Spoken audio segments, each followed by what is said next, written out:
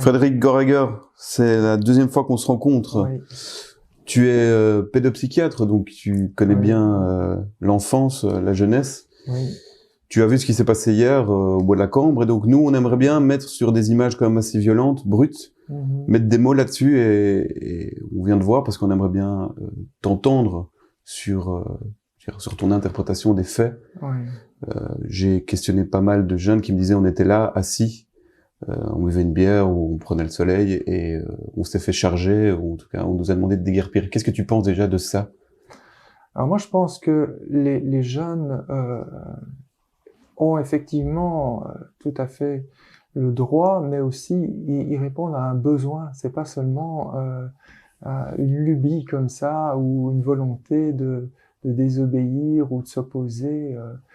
Quand on repense à la pyramide de Maslow, le besoin d'appartenance, de lien social, c'est un vrai besoin pour les jeunes, et surtout les adolescents, c'est capital.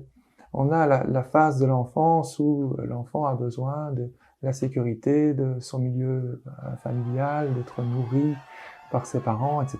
Puis la phase de l'adolescence, c'est vraiment une phase où le jeune a une nécessité absolue de rencontrer ses pairs, de trouver, de créer des liens, et ça va lui servir par après pour son autonomisation. C'est vraiment quelque chose de...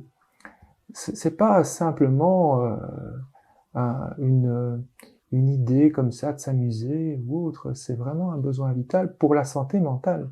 On se rend compte que cette privation dont ils ont fait l'objet pendant maintenant plus d'un an, les a mis dans un état de santé mentale déplorable. On voit, enfin ici je vois des jeunes qui sont en décrochage scolaire, des jeunes qui ont des problèmes de dépression, parfois... Enfin, moi j'ai la chance de ne pas avoir de patients qui se sont suicidés, mais je vois des jeunes assez régulièrement qui connaissent dans leur école des personnes qui se sont suicidées, et le lien avec les restrictions Covid est évident. Hein. C'est pas quelque chose d'autre, ou alors ça s'est ajouté et ça a fait déborder le vase, mais en tout cas le lien causal est quand même assez clair. Et on le recense dans d'autres études. Hein. C'est le genre de choses qui est susceptible de vraiment faire décompenser la jeunesse. Alors, ce que tu veux dire, c'est que ces jeunes qui se rassemblent, c'est vital pour eux. C'est vital pour eux. Et c'est aussi important que de se protéger, parce que on voit ces images, et ces jeunes nous lancent un message aussi, parce qu'ils nous disent, en fait, nous, le Covid, on n'y croit pas, quoi. C'est ça aussi. Ben, c'est-à-dire que je ne pense pas qu'ils aient toutes les informations dont les experts peuvent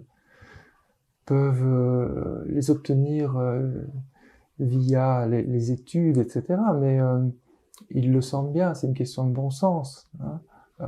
Je pense que voilà, les masques, même l'OMS disait, écoutez, n'imposez pas le masque, vous pouvez le recommander, mais pas l'imposer. On est dans une situation où la jeunesse est moins contaminante, quand même, beaucoup moins contaminante que les adultes, où on se rend compte que le masque est nécessaire, oui, dans les situations où on traite avec des personnes contaminées ou avec des personnes qui sont fragilisées, et encore, pas n'importe quel masque, pas porté n'importe comment. Voilà, le masque en tant que mesure sanitaire doit vraiment être pensé, pas comme ça, pas en plein air, pour tout le monde, et pas pour des jeunes. Déjà rien que ça, le masque.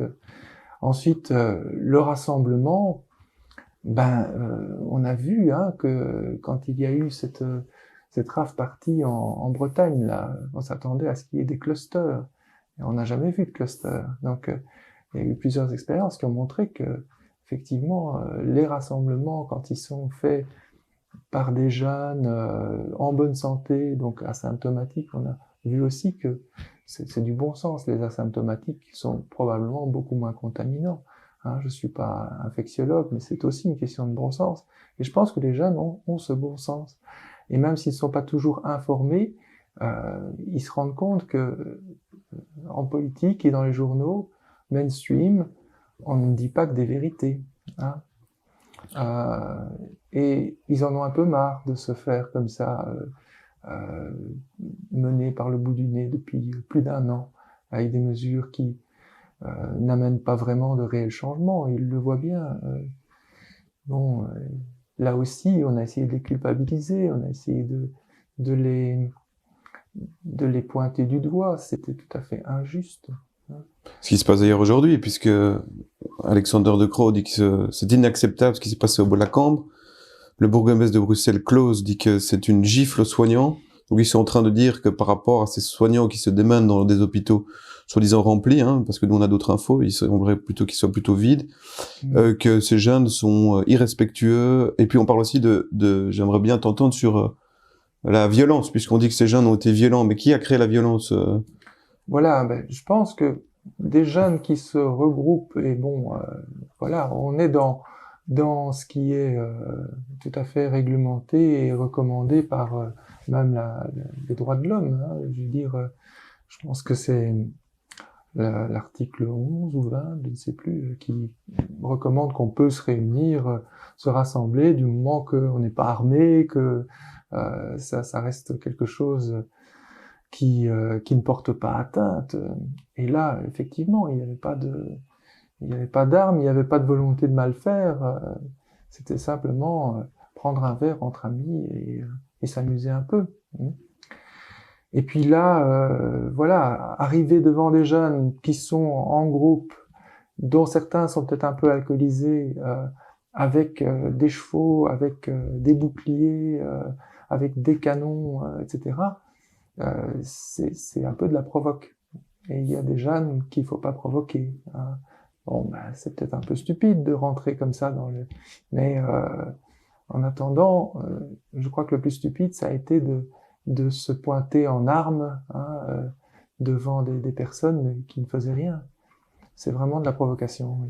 Et c'est violent, c'est quand même violent aussi d'être assis dans un parc, de ne rien faire et d'être chassé. Ah oui, tout à fait. Il semblerait que beaucoup de jeunes quand même aient réagi, et mal réagi, même je crois, même des jeunes qui n'ont pas l'habitude d'être violents ou de... Donc ce que tu veux dire, c'est quand même, c'est le politique, parce qu'on va en parler aussi, parce que évidemment les policiers font tampon un peu, il y avait une haine contre la police chez les jeunes hier, mais donc c'est les ordres politiques qui ont créé le problème, c'est ça que tu veux dire? Je crois qu'il faut pas se tromper de cible. Beaucoup des policiers qui étaient là auraient peut-être préféré être en mission sur autre chose.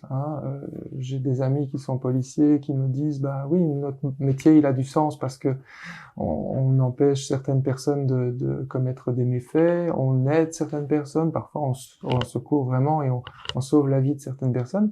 Et en ça, leur métier est remarquable. Mais ils n'aiment pas du tout être obligés d'aller sanctionner des regroupements de jeunes qui ne font rien de mal ou qui ne portent pas un masque. Voilà. Donc les policiers malheureusement obéissent aux ordres et s'ils ne le font pas, ils se retrouvent sans métier. Donc je peux comprendre de leur côté. Non, je pense que les vrais responsables sont ceux qui donnent les ordres. Et ceux-là devront répondre de ce genre d'acte. Enfin, j'espère. C'est quand même incroyable qu'au lendemain d'avoir été pointé par la justice comme faisant des actes illégaux, donc ces responsables-là sont hors la loi, si je comprends bien, ils font une action comme celle-là. C'est-à-dire, après, on s'étonne qu'ils ne soient pas pris au sérieux, qu'ils ne soient pas crédibles, qu'on se rebelle éventuellement. Mais voilà, je pense qu'il est temps maintenant de prendre des mesures au niveau politique de prudence et de retrait s'ils veulent pas avoir une révolte sur le dos. Oui, on peut penser que la jeunesse ne va pas s'arrêter de vivre, puisque tu parles d'un besoin vital. Ah oui. Donc en fin de compte, ce qui s'est passé hier va encore plus les déterminer aussi à continuer, parce qu'on les arrête, on les bride dans un élan vital en fin de compte. Oui, je crois que. Quelle va être la suite si les politiciens continuent à dire, on peut pas voir dans l'avenir, mais si les politiciens, parce qu'on pense, je veux dire, ils vont continuer à sévir. Il y a encore un rassemblement aujourd'hui. Donc, comment tu vois ça Il y a un risque. Il y a un risque d'escalade symétrique. Je veux dire, surtout avec la jeunesse. si on dit à un jeune t'es pas capable ou tu n'oserais pas, ou si on le met au défi, ben on a de fortes chances de le voir relever ce défi et d'aller de l'avant, pour beaucoup en tout cas. Hein. Ici, c'est voilà, devant la menace, il y en a beaucoup qui vont se dire ok, on va y aller, quitte à se faire arroser, quitte à se faire. C'est pas ça qui va les arrêter. Et peut-être que pour certains, ils vont se dire la prochaine fois, on sera moins calme, on sera moins sage. Et oui, c'est un risque. Maintenant, j'ai pas de boule de cristal et je ne le souhaite pas parce que vraiment, ça serait dommage pour tout le monde. Mais dans cette escalade, je pense qu'on est passé à un autre niveau. Hein. Hier, ce qui s'est passé hier montre qu'on est passé. Moi, j'aimerais pouvoir continuer à dire, écoutez, les gars, faites les choses de façon pacifique. Mais quand je vois ce degré de répression, je sais même pas s'il y a encore une place pour le possible d'une action pacifique. Je le souhaite, je l'espère. Mais et j'espère qu'au niveau des lois, le gouvernement entendra raison. Mais quand je vois déjà comment ils réagissent maintenant, ils vont aller en appel, ils vont se précipiter sur la loi pandémie en essayant de faire passer tant bien que mal les choses au forcing, comme ça. Et ça ne donnera rien de bon. Enfin, moi, à ce niveau-là, je perds un petit peu mon optimisme. Ouais, difficile de donner des conseils aux jeunes, alors, pour l'instant. Qu'est-ce qu'on peut leur dire? Pour le moment, je dirais aux jeunes de continuer à vivre et à ne pas trembler, à sortir de la peur, mais à le faire de façon intelligente, à pas nécessairement s'ériger en martyr, à aller au front, etc. Donc, s'ils se regroupent, oui, on comprend bien qu'ils ont besoin de ça. On comprend bien que ça va pas engorger les hôpitaux parce qu'ils se seraient regroupés et qu'ils auraient fait la fête. Mais voilà, le faire à un endroit où on sait qu'il y aura un grand renfort de police, etc., je pense que c'est s'exposer et c'est pas ce que je souhaite pour eux. Donc voilà, maintenant c'est clair que il faudra, je pense, qu'il y ait des avocats et des adultes qui protègent ces jeunes et qui pointent au niveau judiciaire ce qui s'est passé hier. J'espère que ça va pas rester sans suite, parce que ça, c'est vraiment manifestement, c'est symptomatique d'une société qui n'est vraiment plus en démocratie. On avait déjà un indice démocratie qui montrait que la Belgique était une démocratie défaillante. Là, je pense qu'on est encore descendu plus bas. On n'est plus dans quelque chose de l'ordre de la démocratie, quand même la justice n'arrive plus à faire entendre à l'État qu'il est temps de faire un pas en arrière, et qu'au contraire, il fait même plutôt des pas en avant. On est dans un dérapage absolu.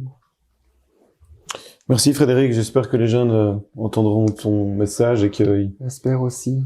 Ils rentreront pas dans la culpabilité aussi, parce que c'est ça, on essaie vraiment de monter les uns contre les autres, les jeunes contre les soignants, les jeunes contre les vieux. Il faudrait peut-être penser à se fédérer, s'unir. Il est grand temps effectivement qu'on ait quelque chose qui corresponde à notre devise.